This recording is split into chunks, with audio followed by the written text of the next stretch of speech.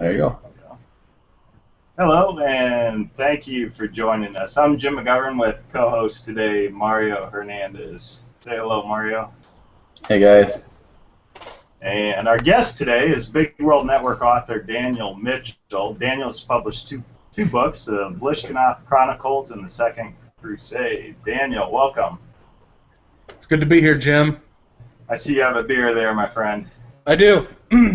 I am drinking a Samuel Adams Oktoberfest, my favorite beer. It's in season. Sam Adams, if you happen to see this and you want to sponsor me, I am open to the prospect. Good luck with that. Good luck with that. Does that help Thank you you. write? What's that? Does that help you write? Drinking Yes. alcohol? So, Dan, start out telling us a little bit about the Vlishgnath Chronicles, just a brief synopsis of that A book. brief synopsis. Well, the Vlishgnath Chronicles is actually 4 individual stories, kind of, but told in a chronological order in a way that kind of, I guess, links them all together. Central characters: Sir Vlishgnath, the Cleansing Light, a church knight, the chosen champion of the deity Mythos, the prevalent religion of the Western Kingdoms, which is the setting where my stories. Oh, look at that! There's a picture. Yep, we got the picture up of it. This is a cover designed by Mario. Oh yeah, that's right. Well, didn't Jim? You did the gray panel one first, but then Mario came along and just made it good. better by changing it for each individual. So you start with the gray on the left, and that was the exorcism of Drenton. Vlishgnath rolls into this town. Things are awful. People are dying, and everything's just dismal. And he goes in and basically kind of cleanses the place of the evil that plagues it. Sorcerer's Dream is the second panel. It looks all dreamy and cool, and I think that's when Mario came in. Something is going on again in this town called Karm. People can't get in. There's some kind of weird dome thing going on. Shows up, sorceress magic at work. The Snowy One, Frost Giant War. Vlishgnath gets called up north to go deal with an uprising of the opposing religion to Mythos, which is the dead god Necros and his Dread Knights. And then Dark Elf Rebellion is the green one there with all the leaves and stuff. And again, Vlishgnath is called up. He gets called upon a lot, really. But when you're the chosen champion of a good deity, people ask for your help. So, If you look, it's actually a pretty thick book that we have here. I think we've decided you're one of our most prolific writers. I think you've had a series going continuously since Big World Network launched in 2011. And your episodes aren't short by any means, nor are they long, but they're well, yeah. And you keep saying that, but like I said, I think actually Amanda's been going as long as I have. And she actually, the first season, she did 2 stories at once, which I can't even fathom trying to keep up with 2 stories. I'm already behind on the one I'm presently working on, so. wow. What was your inspiration? I know Amanda's watching. Amanda, I'm working on it, I promise. That's great. I think she is watching today. What was your inspiration? I mean, how did you come up with the 4 tales in the Vlishgnath world? Well, to be honest, a lot of my inspiration actually comes. I play a lot of Dungeons and Dragons. Surprise! So, the first 2 stories, Exorcism of Drenton and Sorcerer's Dream, were actually campaigns that I had written and drawn out. I built, the NPCs. Like, there's a fight. I'm gonna spoil one of my own stories. There's a fight at the end of Spoiler alert. where, what's that? Yeah, spoiler alert. He actually squares off with Jonathan, Bartholomew, and Alexander LaFay. I have them fully fleshed out on paper. Like, they have classes, levels, feats. They are completely built.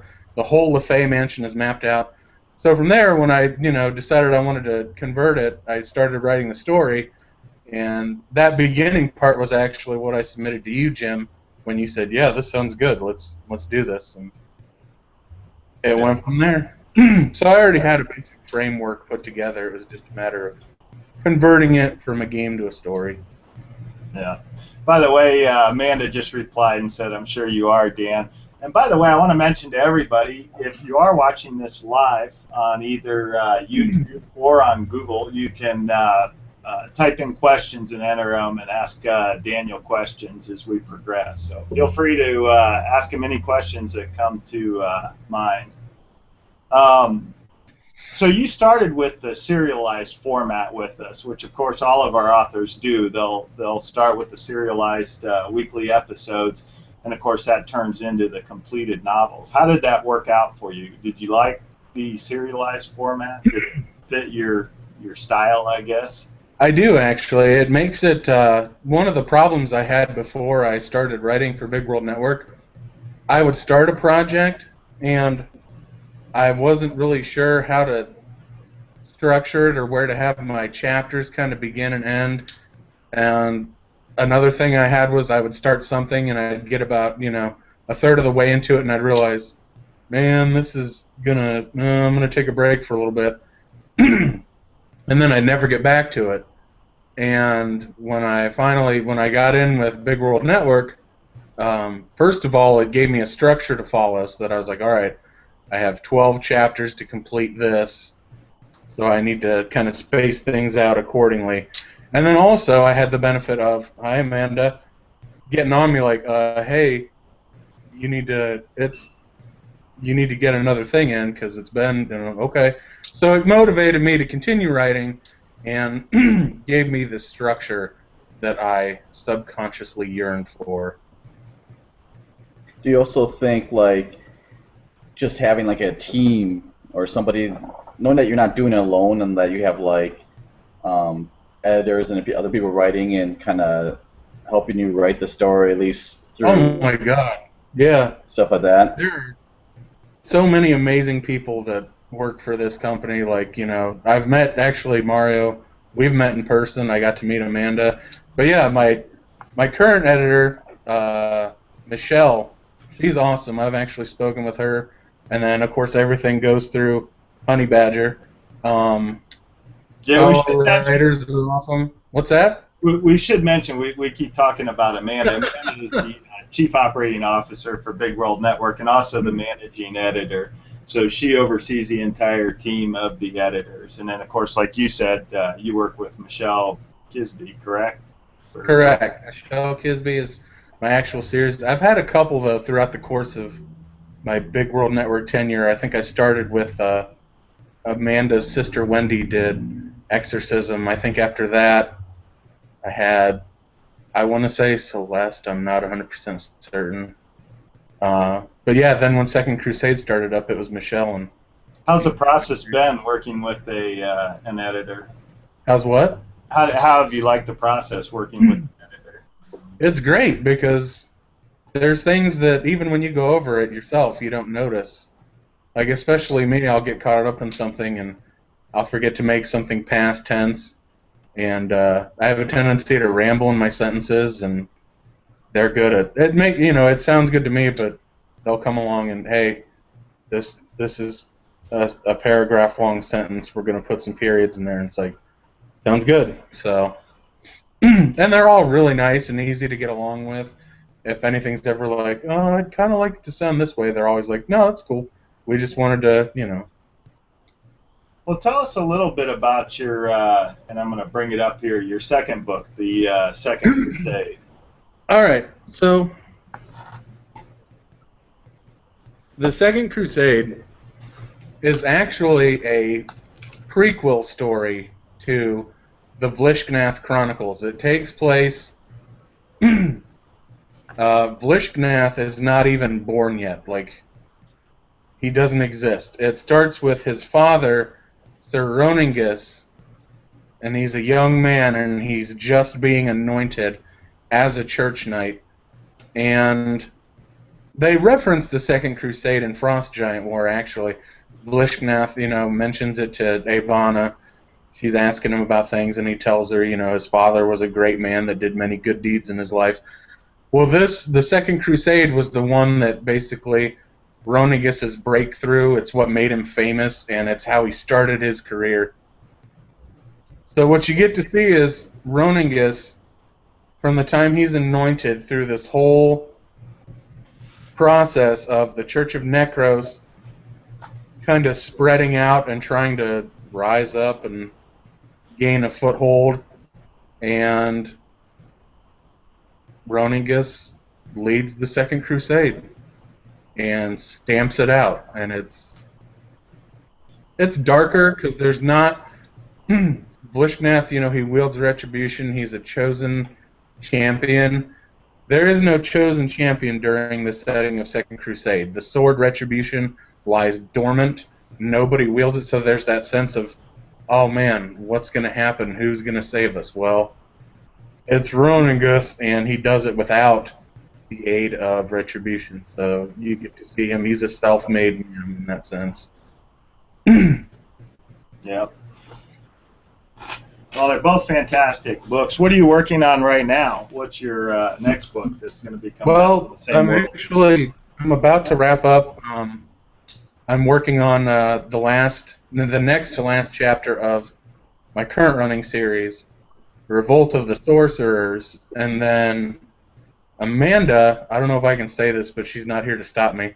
Amanda emailed me like, hey, do you have anything planned? And I'm like, actually, I kind of do.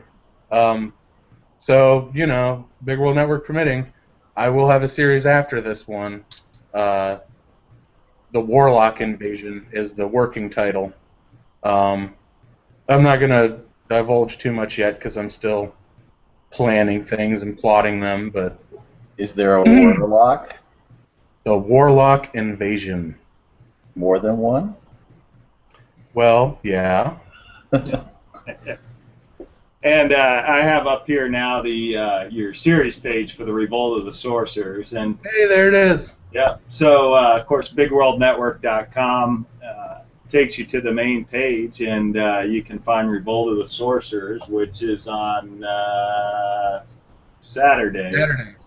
On Saturdays, there's always a new episode posted. Oh, there it is at the bottom. So it's kind of a neat thing. You get to write it in the serialized format, and people that read it get to interact and comment on the episodes. And then there's one final edit before you publish it. Correct? Did you make a lot of changes with your first two books from the original serialized version? Like changes in what sense?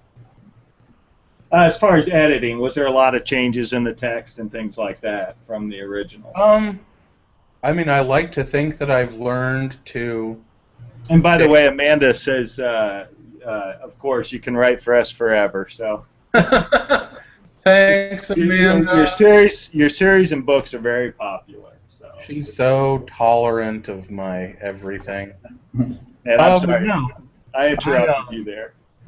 I like to think that I am getting better at staying in the past tense.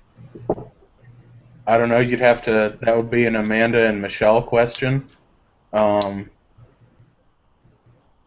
Other than that, though, not really. I follow the same kind of, I like writing hero stories with, a force of good triumphing over evil, hopefully.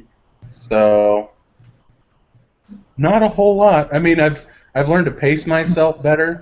I remember specifically during Sorcerer's Dream, I wrote episodes 1 through 11, and then I got to episode 12, and I went, oh man, I have to wrap this story up in one chapter. And so...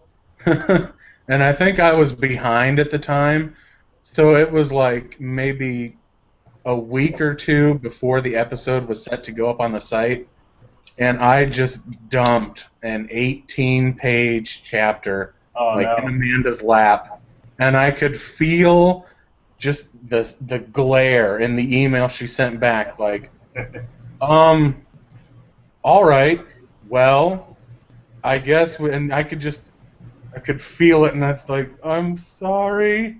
So I've learned to kind of pace myself a bit better to where I'm not getting to the end of a series and going, oh wow, I have to wrap this all up somehow, and just Yeah. throw massive blocks of text down on Amanda's desk, like send it to Michelle and see what happens. So Now, on your final books, you do have an epilogue that's in the book and not on the series, correct? On the correct. The episode. epilogues, I think, are exclusive to like the paperbacks and the ebooks and the audiobooks when you buy them and whatnot. So yeah, if you buy the book, you get a special treat. I wrote epilogues for him, as I will with Revolt, if and when it gets. I'm hoping it gets published. Yeah. And by the way, I want to apologize. I said if you're watching on YouTube, you can also ask questions. Apparently, and is this correct, Mario? Only on watching on Google can you ask the questions. Yeah, there's just a link to on the YouTube page. Yeah. I should send it to you, the Google Hangout page. But it's a simple thing. You can just ask on the side. There's a little plug-in app thing. You had one job, Jim. One job, and I blew it. So eventually, we would like to get both you and Joe Gatz on. You I would love to co-authored. do an interview with Joe Gatch. That's right. You can interview each other. You know, like between two firms. Absolutely. Can I be Zach Galifianakis? You kind of fit the part. Yeah, sure. Yeah, You can be Obama. So it's kind of interesting. Joe's series is a steampunk series in a totally different world It's fun. It's a lot of fun. than yours. So how did that come about? Well, like all great ideas, I was taking a shower, and I was, I had started because I saw he was doing a steampunk story, and I was like, wow, that's really neat, because up until that point, I had never really seen an exclusively steampunk author. I was like, I knew what steampunk was. I had seen it on the internet. I had never really seen anyone write something in that style, though. I don't know if that's just me living under a rock or if it just wasn't out there. But I saw that, and, I was thinking about, the comical differences between, Joe's main character, Phineas, who, you've got this brilliant professor who's, a little bit standoffish, has his quirks, and is not, kind of a little rough around the edges, kind of bristles people, rubs them the wrong way. And then Vlishgnath, who is this, 6'2", ideal physical specimen, charismatic, first of all, not on the same mental wavelength as Phineas. He's, obviously the technological differences are vast, but Vlishgnath just doesn't have the intellect either. And I started thinking, man, it's kind of funny how different they are. And then I started thinking it would be funny if they met. And then I got to thinking it would be even funnier, like Phineas is all about the science and, prove it to me, and he wants facts and data. If he were to encounter someone like Mystere, who has this abundant supply of arcane energy at his beck and call, who can just, snap his fingers and fireworks are going off and he's dancing around, firing things off, giving people monkey tails. What would happen if Phineas were to encounter undisputable proof that sorcery and magic exists like that? And then that's kind of where the ideas started to kind of formulate for a crossover series. And so, at that point I had spoken to Joe Gatch a little bit. I was like, hey, Joe, I think your story is really cool, yada, yada, yada. And he's like, who are you and how dare you talk to me? And so then I was like, well, what if we did a crossover? And I pitched the idea to him, like, if Phineas were to show up, because I explained my ideas to him, and he was like, well, I'm far too good a writer to be associated with you. But then he came around, and we started, pitching ideas back and forth, And yeah, Steam and Sorcery, there it is. And Yep. that's what came of it. We started, plotting the storyline out, and as we wrote it, things changed and evolved. But he was a lot of fun to work with when he wasn't yelling at me and berating me for my inferior writing. And he's been a He'll great have a different colleague take ever on it. since. Look at his picture. He's like George Clooney. Yeah. So is there more Steam and Sorcery on the way? There is. There's a sequel in the works. Admittedly, the ball has been in my court for months now. I have his half of the next episode we were working on, and I started working on it, but things started happening in life. I had to kind of set it aside, and I haven't gotten back to it yet. Joe, if you're watching, I've still got it. I still fully plan on working on it. I know we've talked about this before. We're going to finish it. It's going to get done, but yes, there is a sequel. In the first one, Phineas ends up in the Western Kingdoms.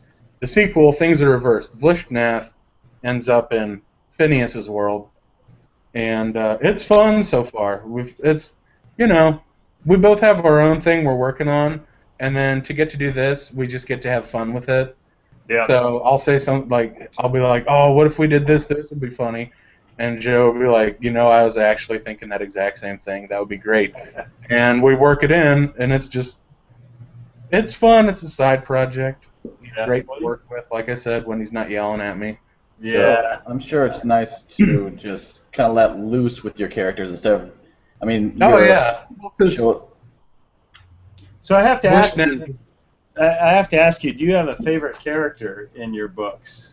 in my own stories, Yeah, in your own story. That's kind of hard to ask an author that, but do you have one Roderick that, and Mystere. what's that? Roderick and Mystere. I gotcha. Why?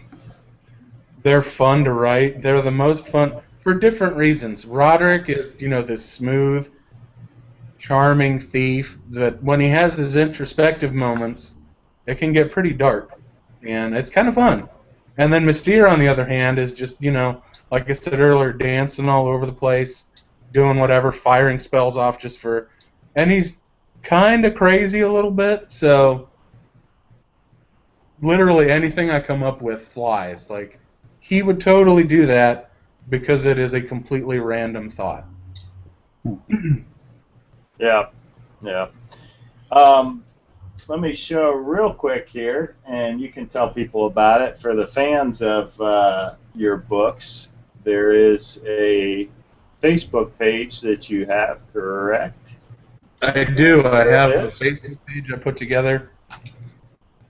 It's not the greatest. I'm bad about updating it regularly, but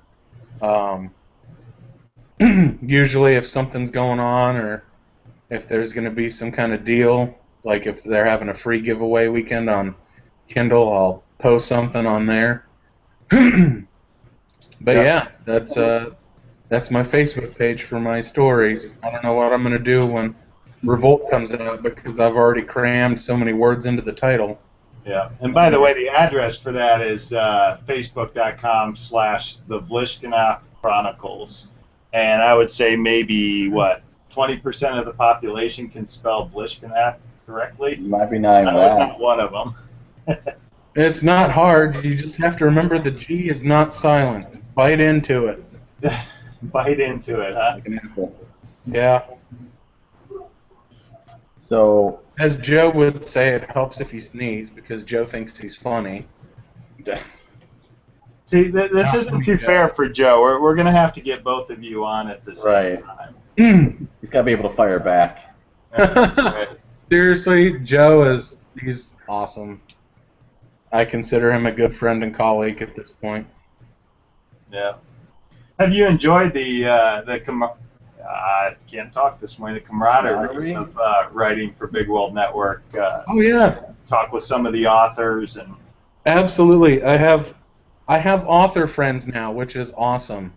Like I know you've seen, I spend a lot of time goofing around when I should be writing with Joe, Ton. I'm friends with Megan, Raelke Grimmer. I think I said her name wrong. I'm sorry. Tathana Mutinelli. I may have said her name wrong too. I've found people from Big World Network on there and it's cool to, you know, kind of connect with them. But yeah, the camaraderie, as you said, it's been a lot of fun, especially, you know, the people I get to talk to regularly. Ton's always giving me a hard time. Yeah. But Ton gives everyone a hard time, though. So now that I'm Amanda's favorite. Sure, you're So- gonna get some messages on Facebook about that. What's that? I'm sure you're gonna get some messages on Facebook about that. Being Amanda's favorite. yeah, and Amanda's message that Joe will get his turn without you present on an author interview. So then we'll put the two of you together. Good for Joe. Clash of the Titans. So, where are your books available? We can you can order them, of course, on the paperback version at the BigWorldNetwork.com store site, and there you can download the audiobook or order the paperback. And on Amazon, you can also order the paperback and the ebook version of both of your books. And Is that a Switchblade bottle opener? That is a butterfly bottle opener. It was given to me as a birthday gift from my good friend Rob Stone. I don't know that he's watching, but if he is, Rob, thank you, buddy. So I got a question for you. So obviously everybody's got their niche, like stories they can write or they feel more comfortable with, and fantasy is a big thing for you. But have you ever thought of doing sci-fi? And I think probably jumping into Phineas Fracture's world is going to give you a little chance to do that too. But did you ever have fantasy stories? I have.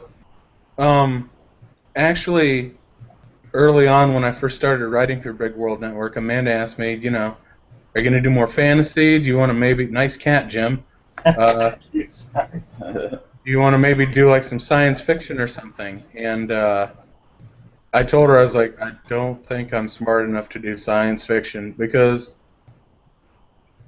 excuse me, science fiction, the science is real, and I would be worried myself that I would get something wrong, and someone would be like, you know, that's not how that works. The laws of whatever state, then that would be my concern with like science fiction. I write fantasy because I'm familiar with it. It's fun for me, and I tell people it's also the easiest thing because you just get to make whatever up, you know.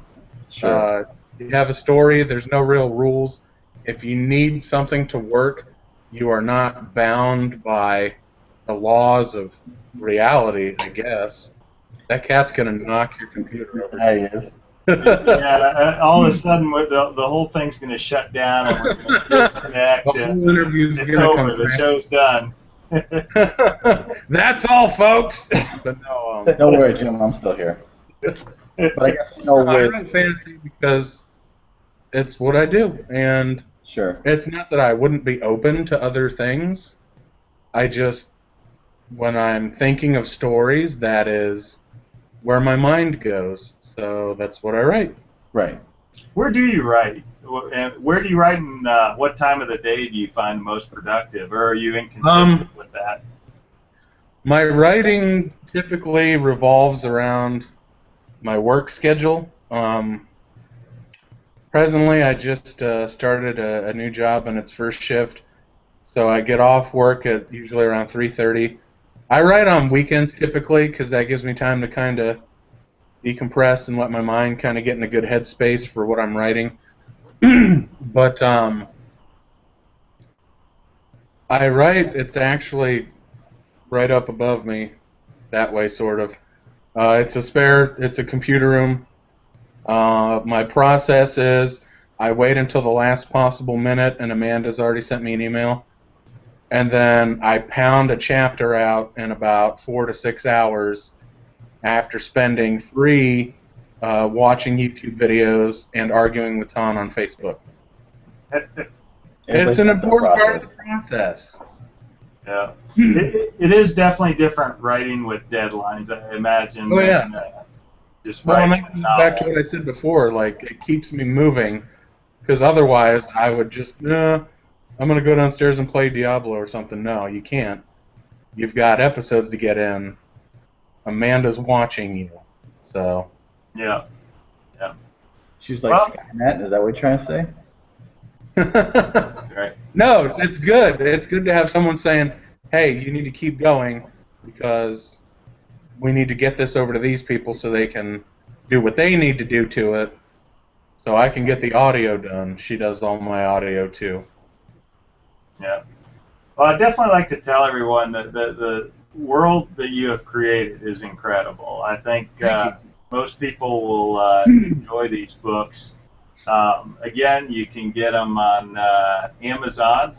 You can just search Daniel Mitchell or the Second Crusade in Vlishgnath Chronicles, if you can spell it.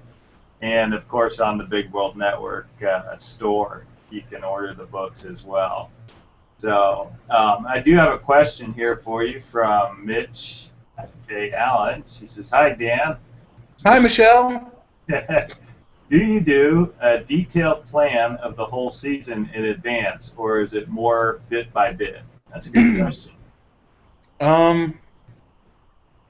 I know some authors are very organized and methodical in the way they do their writing. They have things planned out. They have names written down. They have places plotted out. I am not nearly that organized. What I do, I have a general idea of where I want the story to go, of characters I want to bring into the picture, and I sit down and I think to myself, where am I going to go next with this? And then I just kind of let it happen. So, in a way, sort of, but probably not nearly as much as I should. A lot of times I'll make mistakes, like, perfect example, Mystere wears a glove on one hand. And I forget which one it is even now as I'm sitting here. And I wrote an episode with him in it, and the whole episode I talked about him with the glove on the wrong hand. And I didn't catch it until, like, after and she had sent it to you, I think. So I was like, hey, Amanda, I just realized I messed up. Gloves on the wrong hand. I think I even got the color of his hair wrong, too. So I'm terrible about not writing things down. But I have an idea. I kind of know where I'm going to go with things. But I tend to let them unfold naturally as I'm writing them. Sure, a little bit more organic, I suppose. Yeah, you could. That's a nice way of saying it. That's a nice way of saying I'm disorganized and messy. That's kind of funny, though, because, you're a little bit of both. Because when you started out, you said, it started with the whole D&D, and you had pretty much everything outlined with some of the main characters. So. Right. But then as I branched out from there and started writing stories that weren't based on my games, I didn't have those notes to go on anymore. So. Yeah. Yeah. But I suppose if you already have the story and the world all coherent in your head and you live it, more or less, it's easy that way. Another thing I'll do frequently as I'm writing, I'll sit there and I'll think, oh, what was that? So I'll go back and I'll have to reference my own series, like, oh, what was that guy called, or what color was their hair, or something. And so I'll be like rifling through my old episodes on the site going, where was it? Here we go. Okay, I called him this. And then I can progress from there. It's all written down somewhere, I guess. Well, it's a fantastic world. Mario, you have any other questions for Dan? No, I'm good. And if anybody else has sent in questions, and there seems to be a little bit of delay before they show up, so I apologize if we didn't get to them all. But Daniel, I want to thank you very much for joining us today. And of course, congratulations on your first two novels and more to come and your collaborative work with Joe. So again, we'll have to have both of you on when that comes out. Um, and that'll be the book of Steam and Sorcery. Is that correct? Steam and Sorcery. I actually just sent the publishing proposal in on Saturday. I had it on my desk for a while. Another one of those things that, yeah. Is the next one going to be called Sorcery and Steam? Don't think we have a. I don't know. I don't know if we're gonna go with Steam and Sorcery 2, if we're gonna do something different. We haven't really decided. Oh, hey, I got another question. Yeah. Fire away. Another question for you. I am afraid to say the person's name, and I apologize because I'll mispronounce it. Karyukai? What's that? Karyukai. Ah, very good. Yeah. Says, hi, Dan. What's your favorite part of world building? Example, do you like the magic building, the lore, the cultures? My favorite part of world building is populating it. Coming up with unique characters and figuring out how they fit into whatever place I've put them in, what their role is, what their abilities are, what they bring to the table, and how they would interact with not only others, but the characters of whatever it is I'm doing. So, like, for example, in Revolt, there are a few times where, I'll spend time describing a character that's not necessarily going to be a main part of the story, but I'll stop and, put some detail into them because it's kind of a memorable moment for the story itself, really. Like, and again, I'm gonna kind of spoil my own story here. There's one point where the group stops and they are in a city called Darlasheld. It's this technological bastion way up in the frozen northern continent of the world. And they have to enter Asmodeus. And it is Asmodeus. I just want to point that out real quick. Amanda, say Asmodeus. It's wrong, but she said it that way now, so it's stuck. Amanda narrates the series for... She does, and she does a wonderful job. And admittedly, that was my own fault for not correcting her sooner. But it is what it is now. So anyways, Asmodeus, they have to enter him in this prize fight, and he meets the dude he goes up against, Thaddeus Stonewall. And the dude is just this, dock worker, got the knuckles for it, the build, and just this huge hulking. So it's fun to come up with, people like that, and you can almost imagine what their life is like outside of what's going on in the main story. It's like you get kind of a glimpse into another branch of what's going on in this world with all these people that inhabit it. So, short answer, building NPCs. I like that. That's a good answer. I suppose that if this ever become a movie or like a TV show, some of the stuff always gets lost. With all that stuff that's in books and all the extra stuff, they had to kind of like minimize into a movie or a book and anything. All this extra stuff that you write gets kind of lost. Wouldn't that be kind of sad, or would you just kind of be happy if they ever made a movie? Or first of all, if they ever made a Vlishgnath movie, I would be so thrilled. I don't know what I'd do. You wouldn't even care. I'd just, It's definitely a book that lends itself to a movie, though. If they were to make it into a movie or a TV show, I would be beyond ecstatic. And I understand that certain things are going to be kind of altered in translation from, book to film or whatever. I guess as long as it's done well and for the right reasons. Like, sometimes you see things and it was a book first and you're like, I didn't really like the way they kind of handled it. And then other times you see it and you're like, well, yeah, they changed it, but it actually kind of works because then you have your reasons for that too. Sure. So I understand it's part of the process. It's if it ever does happen, it's going to happen. I get that. I would only hope that I would have some kind of input in what those changes are and how they are gone about so that Sure. what I intended is still preserved on Yeah. film. So, And I know, like, for, what's the name? The Ender's Game, whatever, for the longest time that movie never came out because they kept on wanting to put, like, romance and stuff in there Yeah. where it just never had place in there. And And the Ender's Game movie, it's funny you bring that up because that's an example.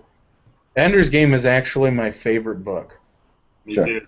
And It's my great. favorite book, Ender's Game. And when I first heard they were making it into a movie, which was like almost a decade ago, I was just like, oh my god, they're making an Ender's Game movie. And I kept waiting and waiting, and it was like, this is never going to happen. And then it finally did happen, and I was like, and I went and I saw it, and I watched it, and it was good, but there were a couple things in it that really just, I saw them, and I just kind of went, oh, really? I guess it's always a fear of an author if anything ever goes to video. Yeah. So, That's another topic. Amanda has written that her favorite side character is a little girl and her dog that's come up several times in the City of Ascension. Do you have a favorite side character in the book? The little girl and her dog from the beginning, yes. Yeah. Because she and this girl, I don't know, should I say this? Should I spoil my own story some more? Make people excited to read. Okay.